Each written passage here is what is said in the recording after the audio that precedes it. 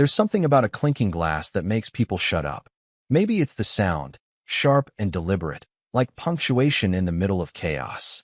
Or maybe it's the moment, that split second between words when everyone decides whether to pretend nothing happened or brace for impact. Either way, I've never liked being the center of attention, but that night, I chose it. And not because I wanted to, because I needed to. My name's Aaron. I'm 34, recently divorced, and according to my stepmother, on a bit of a losing streak. I wish I could tell you she meant that kindly. But if you've ever dealt with someone who grins while twisting the knife, you already know exactly what kind of woman she is. Growing up, my family looked picture perfect from the outside. We had the house with the white porch, the holiday cards with matching sweaters, the Aaron and Jacob are doing just fine updates from mom that glossed over everything. But inside, my dad was emotionally distant. My younger brother Jacob learned to weaponize charm early, and when my mom died unexpectedly when I was 15, things shattered fast. Within a year, Dad had remarried. Enter Diane, my stepmother, a woman who wore pearls to grocery stores and believed empathy was a weakness you outgrew in college. She was the kind of person who treated pain like a performance. When Jacob sprained his wrist in high school, she cried louder than he did. When I got rejected from my first-choice college, she smiled and said, "Well, at least now you'll be closer to home." And when my ex-wife and I separated 6 months ago, after a quiet, painful 2 years of trying to pretend we weren't growing apart, Diane sent me a bouquet with a card that read, "You're stronger than you think." Even if she was out of your league. Yeah, I hadn't spoken to her in months. I'd kept my distance from most of the family, honestly, except for the occasional phone call from my dad, which always felt more like a courtesy check-in than actual conversation. Jacob and I had never been particularly close, but he tried sometimes, usually when he needed something. We were 4 years apart, and he'd always been the golden one. Charming, spontaneous, the life of the party. He was the kind of guy who failed his math class and got a boys will be boys pat on the back. I was the one who came home with a B+ and got a "What happened here, Aaron?" So when Jacob called to invite me to his engagement party, I'll admit, I hesitated. We hadn't talked since before my divorce, and even then, it was mostly surface level. But he sounded genuine. Said he really wanted me there. Said it would mean a lot. And maybe, just maybe, I was craving a little connection. Maybe I missed the idea of family more than the reality. I almost turned around the second I stepped into the banquet hall. It was this ritzy venue downtown, all marble floors and chandeliers. Everything looked expensive and perfectly curated, like something out of a lifestyle influencer's Instagram. There were about 70 people already there, all mingling with champagne flutes and air kisses. I didn't recognize half of them. Jacob spotted me right away. He grinned and waved me over with that same lopsided charm that got him out of speeding tickets in high school. "Aaron," he said, clapping me on the back. "You made it, man. I wasn't sure you would." I shrugged. Wouldn't miss it. He introduced me to his fiancée, Rachel, who seemed lovely, poised, polite, and just a little too polished, like someone trying to impress a room full of strangers. We made small talk for a minute. Then Jacob got pulled away by some friends. I wandered toward the long table where the place cards were arranged in perfect cursive rows. That's when I saw it. My name card read, "Aaron, better luck next time." At first, I thought it was a mistake. A weird inside joke I didn't get. Then I saw Diane standing nearby, chatting with 2 other women, holding a glass of white wine and laughing like she hadn't just publicly humiliated me in front of a room full of people. I stood there for a second, staring at the card. My face felt hot. My palms itched. It would have been so easy to just pick it up, toss it in the trash, and pretend it didn't bother me. That's what I used to do. Swallow it down. Keep the peace. But something about that moment, about how casual it all was, lit a fuse I didn't even realize I'd been carrying. Diane caught my eye and smiled. "Oh, don't look so serious, Aaron. It's a joke." She laughed again, this thin, rehearsed laugh that made my skin crawl. "You did get divorced, didn't you?" I opened my mouth, closed it, then glanced around. People were watching now, quietly, discreetly, the way people do when they want gossip without being part of it. I took a breath, stepped away from the table, tried to keep my heart from pounding through my ribs. "Here," Diane said, picking up a fresh glass of champagne and offering it to me like a peace offering she didn't mean. "You'll feel better once you loosen up. This is a celebration, after all." I took the glass, not because I wanted it, but because I needed a second. I looked at her, at the woman who had spent the last 15 years needling me with thinly veiled insults, and I suddenly realized I wasn't angry. I was done. Done trying to make things okay. Done trying to be polite. Done playing the role of the overlooked older brother with potential who never quite lived up to it. I was 34 years old, and I'd spent the better part of my life letting people like Diane write the story of who I was. So I clinked my glass. The room quieted just enough. Not completely, but enough. I raised the glass slowly, not smiling. "Here's to new beginnings," I said, voice calm and steady. "And the last time you'll ever see me." And I walked out. Just like that. But of course, that wasn't really the end. Not even close. Because walking out only works when the door stays closed behind you. And some doors have a way of opening again, especially when you find out what they've been hiding all along. I wish I could say that walking out of that engagement party was the clean break I needed, that I made my toast, turned my back, and never looked back. But that's not how life works, especially not with family. Especially not with my family. Because when I left that night, I thought I was burning a bridge. But what I didn't realize was that they were already piling up wood on their end, dousing it in gasoline, and lighting matches behind my back. It started small. 3 days after the party, I got a text from Jacob. Just one line. "Hey man, sorry about Diane. She was just trying to be funny." No apology. No acknowledgement that maybe putting "better luck next time" on my name card was a little more than just a joke. No, Jacob wanted to smooth things over the way he always did. Casually, quickly, without actually dealing with anything. I didn't respond. I stared at the message for a long time, then shoved my phone in a drawer and went for a walk. I figured some distance would do me good. But distance doesn't mean much when they drag your name back into every conversation anyway. The first real crack came a week later when I got lunch with my dad. We hadn't seen each other in months, but he called out of the blue and said he wanted to catch up. He chose a place near his office, some upscale bistro that charged $17 for a sandwich. We made small talk at first. Work, the weather, the usual. And then he leaned back in his chair and looked at me with that tired, analytical expression I remembered from my teenage years. "I heard about what happened at the engagement party," he said. I raised an eyebrow. "Yeah." He sipped his iced tea. "I think you could have handled it better." I almost laughed. "I could have handled it better? You mean when Diane mocked my divorce in front of a room full of people?" "She didn't mean it like that," he said. "You've always been a little sensitive, Aaron. And dramatic." There it was. That word. Dramatic. The one they pulled out whenever I refused to roll over and take the disrespect quietly. I clenched my jaw and stared out the window, trying to keep my voice even. I left quietly. I didn't throw a fit. I didn't make a scene. I made a toast and walked out. Dad nodded slowly, like he was thinking it over. "Maybe so. But Jacob's upset. He thinks you embarrassed him." "Oh, I'm so sorry for ruining his curated Instagram moment." I snapped, louder than I meant to. A few people at nearby tables turned to look. My dad's face stiffened. "I'm just saying," he said, lowering his voice. "You might consider reaching out. Apologize." I stared at him, really looked at him, and I realized in that moment that I didn't recognize the man sitting across from me. Or maybe I never had. Maybe I'd always just tried to believe he was more than a shell of a father going through the motions. "I'm not apologizing," I said. "Not this time." He didn't push back. He just nodded again, as if I'd confirmed something for him. He paid the bill, shook my hand like we were coworkers, and left without a hug. That would have been enough, honestly. I was already drifting from the family, and after that, I figured the divide would grow quietly. Naturally, let things fade. But Diane had other plans. See, Diane wasn't the type to let a moment go. She didn't just want me out of the picture. She wanted control over how I was remembered. And like any good villain, she knew how to play the long game. It started with the Facebook post. Just a casual status update with a smiling photo of Jacob and Rachel holding hands. So proud of our sweet boy Jacob. He's come so far, even while carrying the weight of others' bitterness. Family isn't always easy, but the ones who stay are the ones who matter. I wasn't tagged. She didn't have to tag me.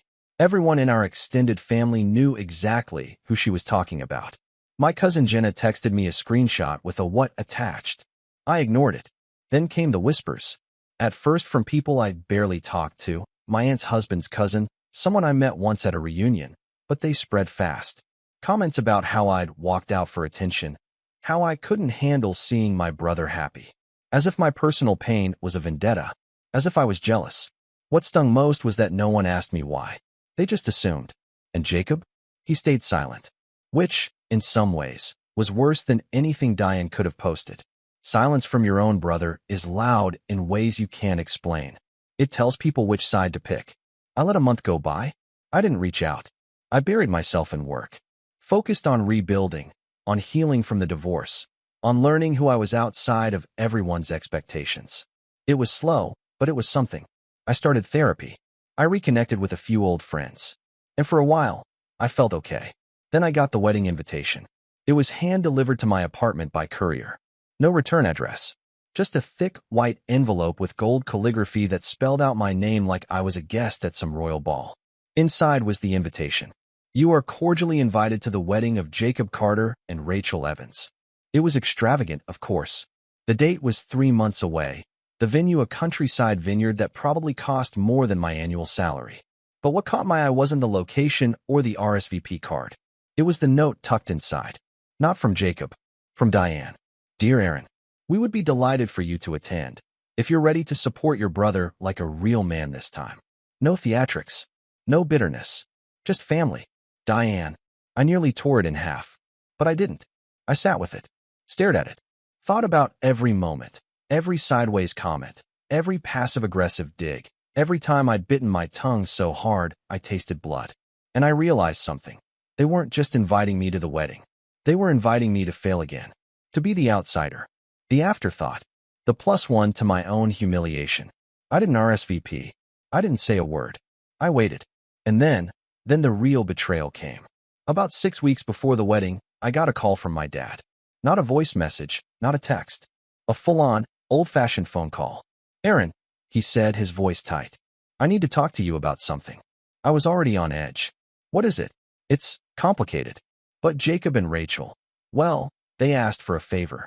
Financially. I felt my stomach twist. From you. No. From you. I blinked. What?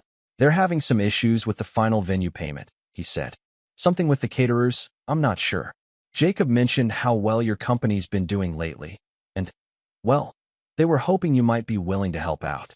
As a gesture, I laughed. I actually laughed out loud. You're joking, I said. It's just a few $1,000s, he replied. They'll pay you back. Eventually. So let me get this straight, I said, trying to keep my voice steady. They publicly humiliate me. Trash my name behind my back.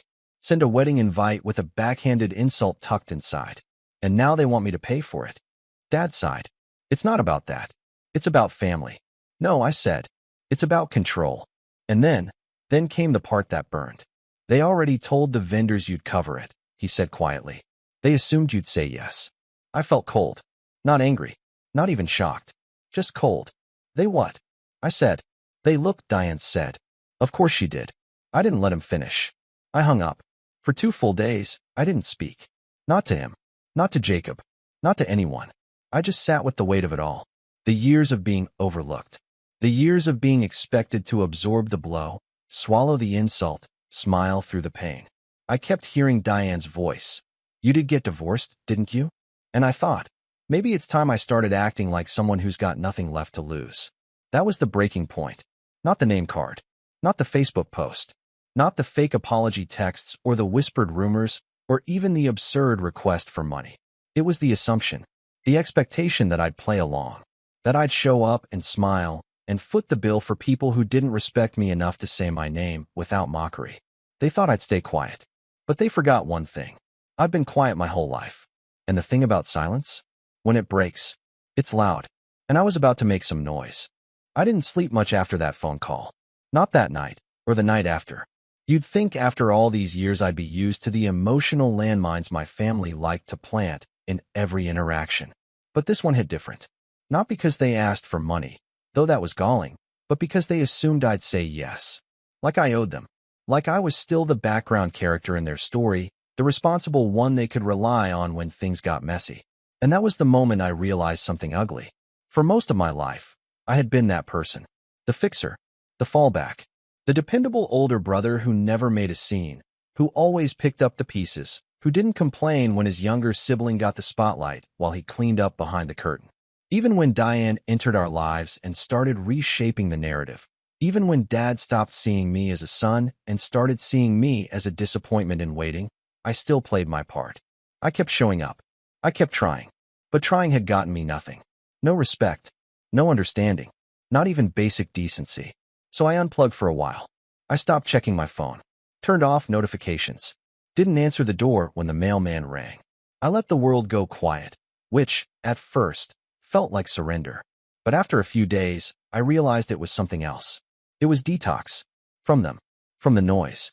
From the years of feeling like I was on trial in my own family. I hit what I guess you could call an emotional rock bottom. You'd think a divorce would have been the lowest point, and for a while it was. But that was a different kind of pain. That was grief over something that had once worked. This was something else entirely. This was the realization that the people who were supposed to have my back never really had. I spent a few weeks in that fog. Woke up late. Barely ate. Let emails pile up. My therapist called it an emotional freeze. Said it was my body finally giving in to the exhaustion it had been carrying for years. I didn't argue. I just nodded, kept going to our sessions, and waited for the part where things stopped feeling so heavy. And eventually, they did. Not overnight. Not with some magical moment of clarity. But slowly, quietly. One morning, I woke up and didn't feel like I was drowning. So I showered. I made coffee. I opened my laptop and responded to a few client messages. Nothing major, just little things to get back in motion. Then I called a friend I hadn't spoken to since the divorce. His name was Mark, and we used to grab lunch once a week before everything fell apart. I expected him to be annoyed. He wasn't. He picked up on the second ring and said, "About time." That one call turned into lunch, which turned into a long talk, which turned into plans to collaborate on a freelance project. Mark was in digital marketing, and I worked in UX design. We'd always talked about starting something together, but never pulled the trigger. Now, with nothing tying me down and no family obligations weighing on me, it felt like the perfect time. We didn't jump into anything formal. Just started slow, one small client, then another. Word of mouth picked up. I rebuilt my portfolio. Got back into the rhythm of designing, creating, solving problems. And for the first time in a long time, I felt capable. Not just functional. Capable. There was something grounding about it. I wasn't rich. I wasn't some overnight success story. But I was building something of my own.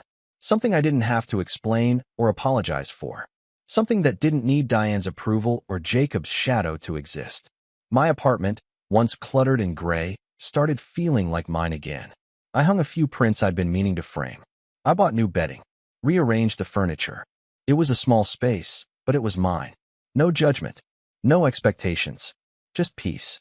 And in the quiet, I started noticing things I'd never let myself feel before. Like how my default setting was guilt. How I'd spent years second-guessing myself because someone else decided I should be ashamed. How I measured my worth against Jacob's wins, even when they came from shortcuts and charm instead of hard work. How I'd let Diane convince me that quiet strength was weakness, that kindness meant passivity, that walking away from dysfunction was a moral failure. But I wasn't broken. I wasn't dramatic. I wasn't bitter. I was healing. One of the turning points came unexpectedly. I was scrolling through Instagram, not doom scrolling this time, just checking in, when I saw a post from Rachel, Jacob's fiancée. It was a photo of her and Jacob at a tasting event, smiling at the camera, holding wine glasses. The caption read, "Counting down the days, ring, can't wait to be Mrs. Carter. Grateful for real family who show up when it matters." That word again. Real. It stung more than I wanted it to. But instead of spiraling, I closed the app, took a breath, and then I did something I hadn't done in years. I started writing. Not an angry message. Not a rant. Just thoughts. For myself. A letter I never planned to send. It started like this. To the family who never really saw me. I forgive you for not knowing how much it hurt. I poured everything into it. The pain. The confusion. The longing. The realization that I'd been chasing approval from people who didn't even like me, let alone love me in the way I needed. It was ugly. It was honest. And by the end of it, I felt lighter. Like I'd finally put something down I'd been carrying since I was 15. I didn't send it. I didn't need to. Because it wasn't about them anymore. It was about me. About reclaiming the version of myself that existed before Diane's passive-aggressive remarks, before Dad's disappointment, before Jacob's effortless golden boy narrative swallowed me whole. Around that time, Mark and I landed our biggest client yet, an eco-startup looking for a full rebrand. It was the kind of project that required weeks of planning, wireframes, design systems, content strategy. It was a beast, and I crushed it, not just technically, but creatively. Strategically, our pitch blew the client away. We signed a 6-month retainer deal, and I officially became a 50% partner in our new agency. We named it Northbound, because no matter where you start, there's always a direction worth going. By now, the wedding was just a couple of weeks away. I still hadn't RSVP'd. I hadn't spoken to Jacob, or Diane, or Dad, but I was no longer stewing in silence. I was planning. Not revenge. Not exactly. But something better. Something measured. Thoughtful. Strategic. Because if they wanted to play games, I wasn't going to fight them on their turf. I was going to rewrite the rules. But that came later. For now, I focused on what mattered. Northbound was growing. I hired an intern, a quiet, thoughtful kid fresh out of design school who reminded me of myself a decade ago. I started mentoring him, helping him with client calls, giving feedback, teaching him how to stand up for his ideas without apologizing for them. One day, after a long meeting, he looked at me and said, "You're, really good at this." I didn't know how to respond. Not because I didn't believe it, but because it was the first time in years someone said it without an edge. Without a but, or a caveat, or an unspoken comparison to someone shinier. I nodded and said, "Thanks." And I meant it. The closer the wedding got, the quieter my phone became. I knew they were circling the drain, probably confused as to why I hadn't responded, why I wasn't groveling or lashing out. That was the thing about people like Diane. They needed control, but more than that, they needed reaction. When you take that away, they unravel. I got one more call from my dad the week of the wedding. I didn't answer. His voicemail was short, tired, something about regret and just showing face and for your brother's sake. I deleted it because I'd spent my whole life showing up for people who wouldn't return the favor. This time, they were going to see what it looked like when I showed up for myself. And not just quietly. No, they weren't just going to notice. They were going to feel it. It's strange, the way revenge stops looking like fire and starts feeling like clarity. When I was younger, I imagined vengeance as this cathartic explosion, yelling, burning bridges, flipping tables, slamming doors. But as I sat at my desk one quiet Tuesday evening, sipping black coffee and reviewing the latest brand assets for our client, I realized something. Real revenge isn't noise. It's precision. It's silence while they panic. Calm while they spiral. It's rising so far above their nonsense that when you finally do speak, the entire room goes quiet. That was the energy I carried into the final days before the wedding. Northbound was thriving. We'd just onboarded a new wellness client, and our agency's name had started floating around mid-sized circles. Mark was ecstatic. He wanted to expand. Talked about getting a physical office. Bringing on a PR rep. I was all for it. Not just because it meant success, but because it meant control. The kind of control Diane had never let me taste growing up. For the first time, I wasn't reacting to my family's chaos. I was building outside of it. And with every new project, every happy client, every invoice paid in full, I was reclaiming something they never expected me to find: identity. But the thing is, you can only ignore a fire behind you for so long. Jacob's wedding was now a week away. I still hadn't RSVP'd, and the silence was driving them nuts. I knew because my cousin Jenna texted me out of nowhere. "Jenna, hey, Diane asked me to reach out. She's worried about how things will look if you don't show." I laughed out loud. Not about family. Not about support. Optics. Diane was curating her perfect image. Golden sun, perfect new daughter-in-law, white vineyard wedding, and just enough tears to sell sincerity. What she couldn't afford was the black sheep, the older brother, now mysteriously absent, whose silence would make people whisper. It wasn't just about me not being there. It was about what people would assume. So I called Jenna. She was hesitant at first, clearly caught in the middle, but we'd always had a soft spot for each other. She was one of the few family members who saw through Diane early on. "You're not really going, are you?" she asked quietly. I didn't answer. Instead, I asked her to tell me everything she knew. About the wedding, the guests, the venue, the money. And when she started talking, I started seeing the cracks. See, here's what Diane never factored in. Jacob isn't as organized as he thinks he is. And Diane, for all her micromanaging, is still just one person. Between them, they had pulled off the image of a high-end event, but in reality, they were drowning in overcommit deposits, delayed vendor payments, and a maxed-out credit line under my father's name. They'd counted on family support to patch it all together. Specifically me. I was supposed to pay off the balance with one quiet bank transfer, but I didn't. So the balance was still hanging there, unpaid. And the caterer? They were threatening to cancel. Jenna even forwarded me a panicked email Diane sent to the wedding coordinator, full of vague promises and passive-aggressive flattery, the kind of thing people write when they've already missed the deadline but still expect exceptions. That's when I saw it, my opportunity, because they didn't just want me at this wedding anymore. They needed me. They needed me to show up, smile, and prove to everyone that the Carter family was whole and harmonious. And if I played this right, they were going to regret ever assuming I was weak. So I made a plan. The first step was subtle. I updated my Instagram. Just one photo, black and white. Me at a rooftop event with Mark, holding champagne, our client's logo in the background. Caption: Northbound launches our next chapter. Stay tuned. It was nothing flashy, just polished enough to look important. I knew Diane still followed me on her burner account. She'd once accidentally liked one of my posts at 2 a.m., then unliked it 3 minutes later. Classic. I posted the picture at noon on Thursday. At 12:07, I got a text from my dad. Saw your company is doing well. Proud of you. First time he'd said that in a decade. By 4 p.m., I got an email from Diane. It was dressed up as a formal RSVP reminder, but the message was clear. We've left your seat open in hopes you'll reconsider. Jacob would be so happy to see you, and I think everyone would benefit from a little peace. Let's be the bigger people. The bigger people. The irony was suffocating. But I didn't respond. Instead, I called Mark. Hey, I said.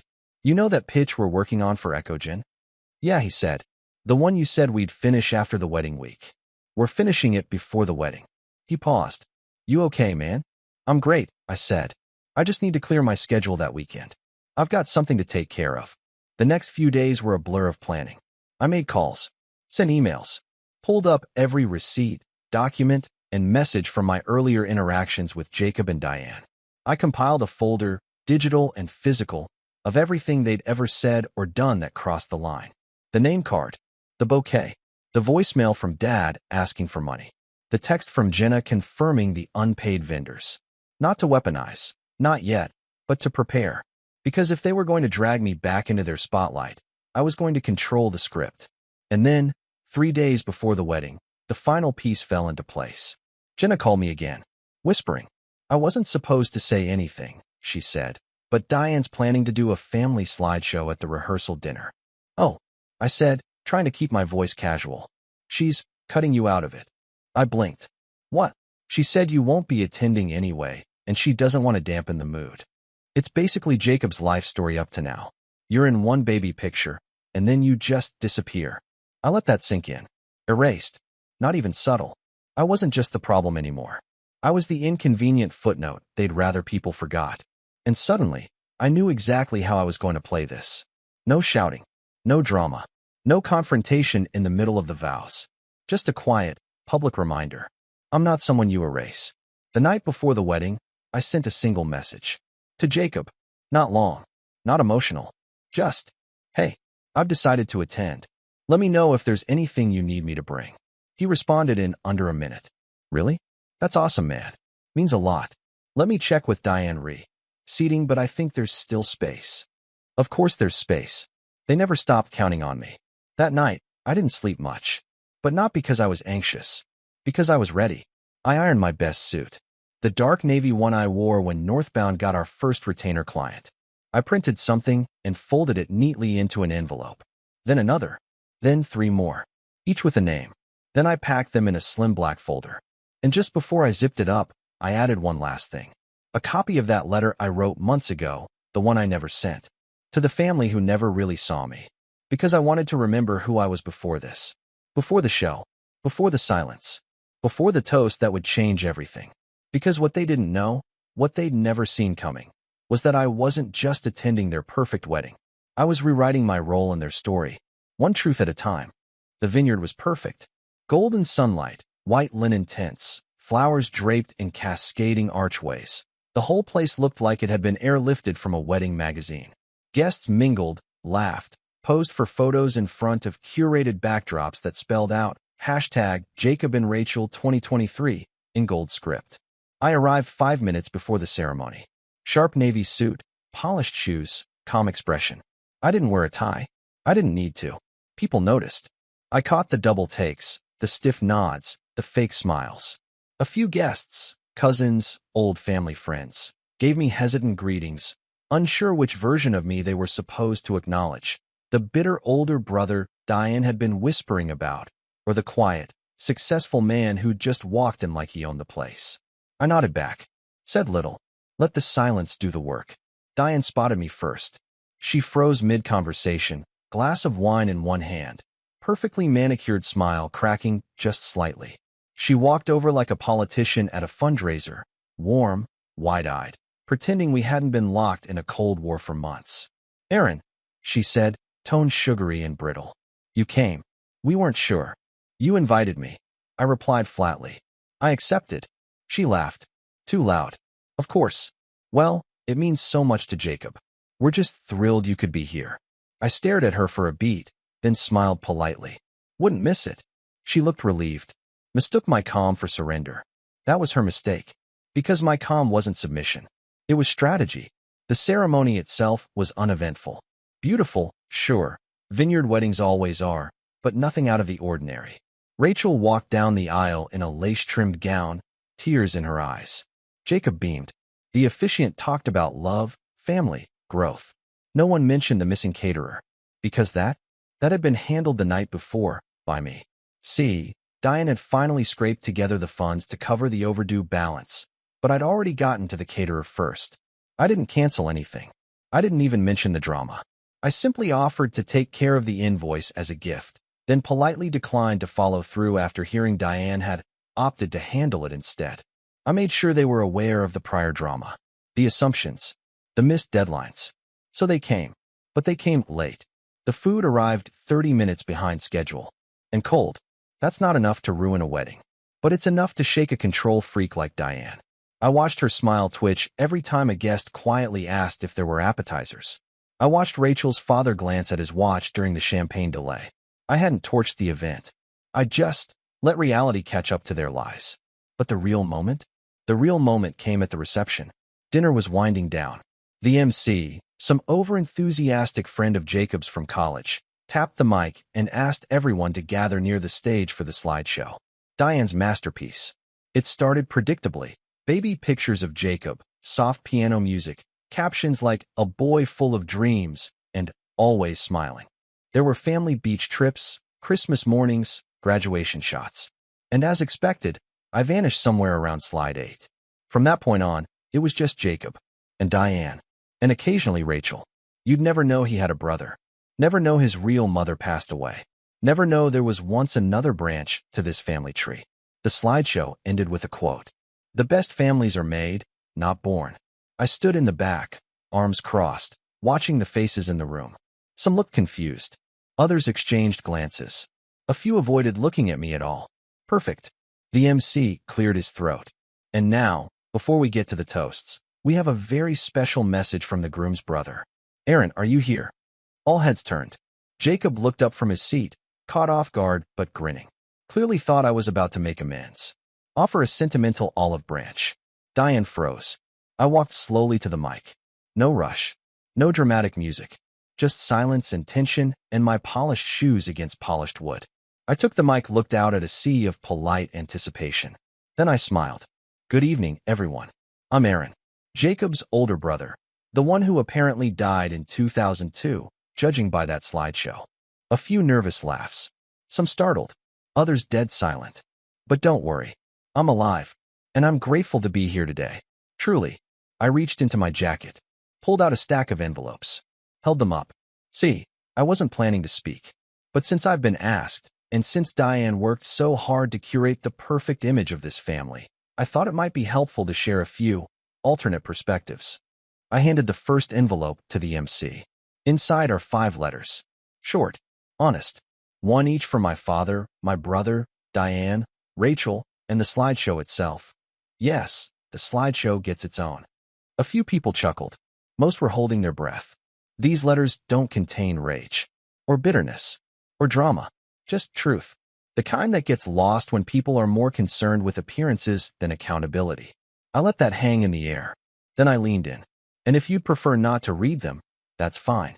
But I'll tell you what they say in one sentence. You can't erase someone and expect them to stay silent. I handed the mic back. No grand exit. Just calm steps off the stage, folder tucked under my arm. The room erupted. Not in applause. In conversation. Whispers. Shuffling chairs. Guests turning to each other, asking what just happened. I walked past Diane on the way to the exit. Her face pale, hands shaking slightly as she reached for her wine. My dad stood frozen, reading the letter I'd just handed him. Jacob looked stunned. Rachel? She looked conflicted, like maybe she'd finally realized the truth. This picture-perfect family came at a cost. And I was the receipt. The aftermath came quickly. The next day, Jenna called me. Diane's furious, she said, unable to hide the amusement in her voice. She tried to do damage control, but people noticed. Half the guests are texting each other. Rachel's uncle posted a quote from your toast on Facebook. That made me smile. A few days later, I got an email from Rachel. Just one line. Thank you for telling the truth. Nothing more. Nothing less. And Jacob?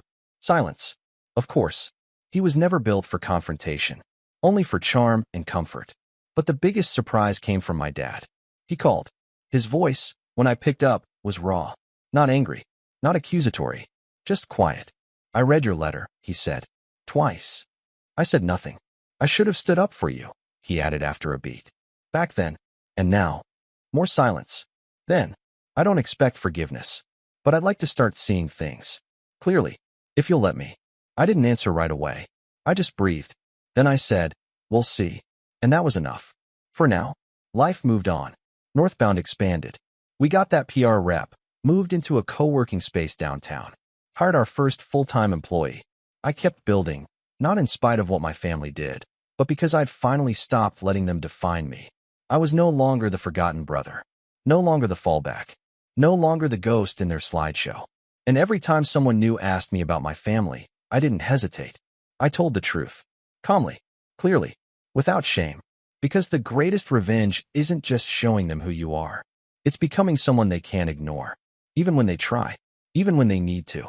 Even when it burns. And the final letter I wrote? The one I never delivered? It ends like this. You built a world where I didn't belong. So I built one where I didn't need you. And in that world, I thrived. That's the world I live in now. And for the first time in my life, it's mine.